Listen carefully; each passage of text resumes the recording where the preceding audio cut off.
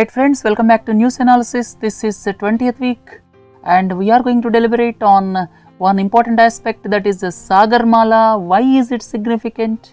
In recent times, we are often hearing about the SAGARMALA project and we are going to discuss what is meant by SAGARMALA and why it is relevant. Look into the present scenario as far as the share of waterborne transport in entire transport sector.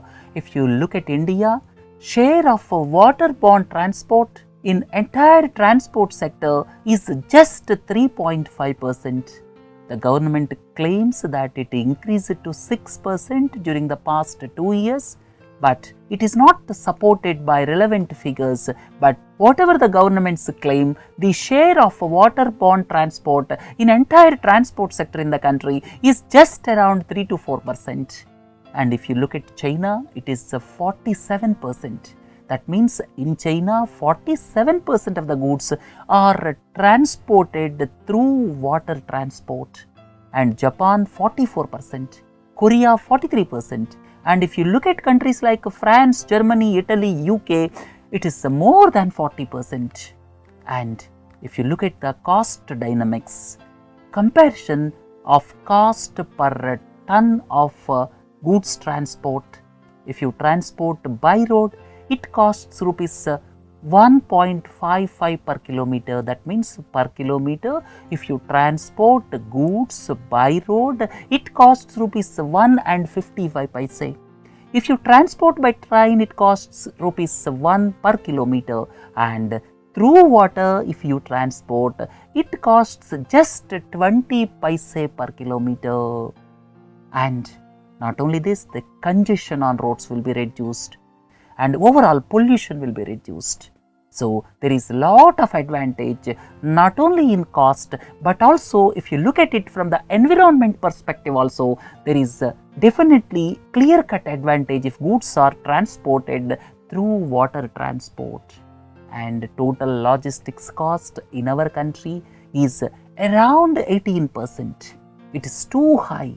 That means handling of goods, transportation of goods costs 18 per 100 value of goods. If the cost of goods is rupees 100, in India 18 rupees it is costing for transportation, loading, unloading and other aspects related to transportation. So in our country, total logistics cost is 18%, but if you look at China, it is just 8% and Europe it is just 12%. So government's goal is to bring it down to 12%. And why this pathetic situation in our country? In our country, 12 major ports are with the Ministry of Shipping, that means with the central government, and minor ports are with the state governments. Some state governments like Gujarat have taken keen interest for developing the port infrastructure, but if you look at other states, not much action taken by the state governments to develop minor ports, and 12 major ports which are with the central government are struggling with inefficiency. Second important point, no attention is paid to develop national waterways since independence, and only recently government notified 106 waterways as national waterways, and prior to that only 5 waterways were designated as national waterways. And port infrastructure and linkages are in abysmally poor state in our country, and the turnaround time in ports is abnormally high. They are not able to compete with the world-class ports, and capacity constraints and lack of modern facilities are also resulting in diversion to other ports. And no effort was made by India to tap the potential of more than 7,000 kilometers of coastline. Not only that, there is a scope for developing 14,000 kilometers of navigable inland waterways in our country, but no attention was paid by Government of India in this direction after independence. And what is the end result? As I have just now told you, India has got a long coastline of around 7,500 kilometers, and at the same time it is strategically located in Indian Ocean region. In spite of its strategic advantages, India so far is not able to tap its due share in world as far as transportation is concerned through water. Then India has got wide network of rivers, and so far no effort is made to develop navigable channels. Traffic on roads increased alarmingly and led to congestion and pollution, in addition to increase in logistics cost. And capacity constraints are there in Indian railways, and on roads the traffic congestion, not only that, pollution increased.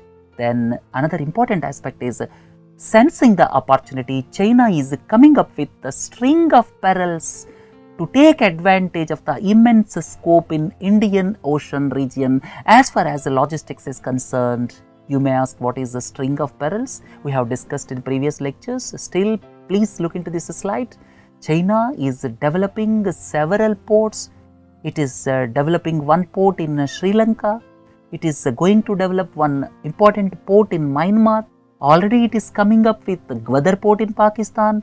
Like that, in Indian Ocean region, it is coming up with several ports. That is the string of perils policy. So, under these circumstances, government now thought of this SAGARMALA project. And there are 4 aspects. First and the foremost is modernizing existing port infrastructure with the addition of 6 ports, along with the capacity augmentation at existing ports. Second important point is improving port connectivity through rail corridors, freight-friendly expressways and inland waterways. These ports will be connected with the dedicated railway lines, not only that, expressways, and at the same time, ports will be connected with inland waterways. That is another important aspect. Then, creation of 14 coastal economic zones or CEZs, and a special economic zone at Jawaharlal Nehru Port Trust in Mumbai, with the manufacturing clusters to enable port-led industrialization.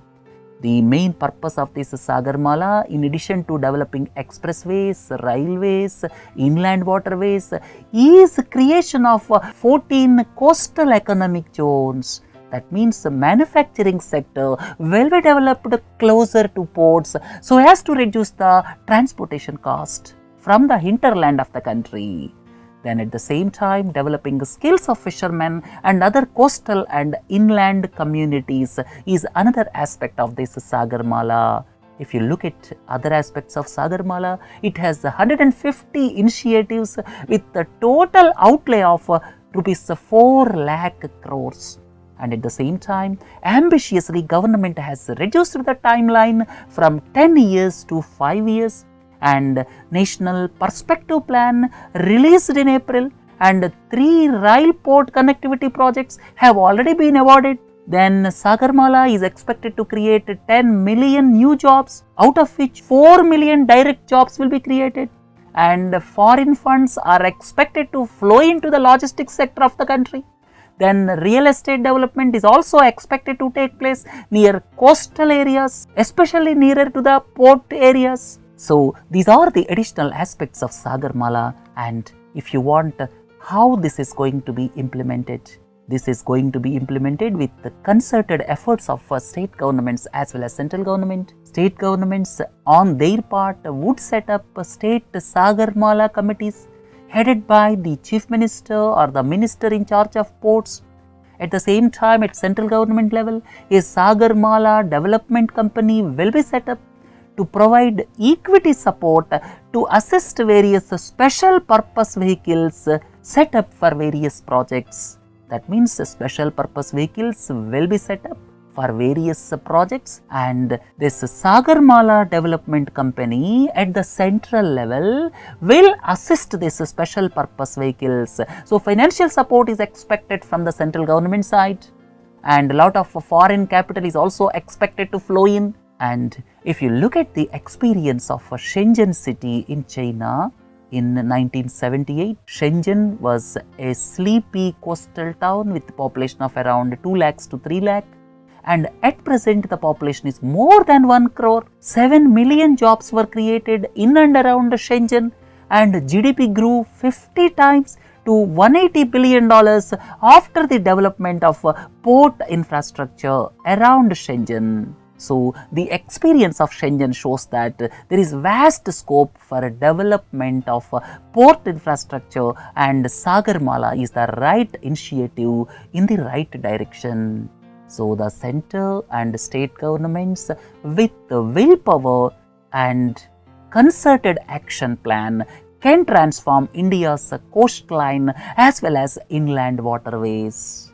Right, let us hope for the best. With this, let us conclude news analysis. Have a nice day. Thank you.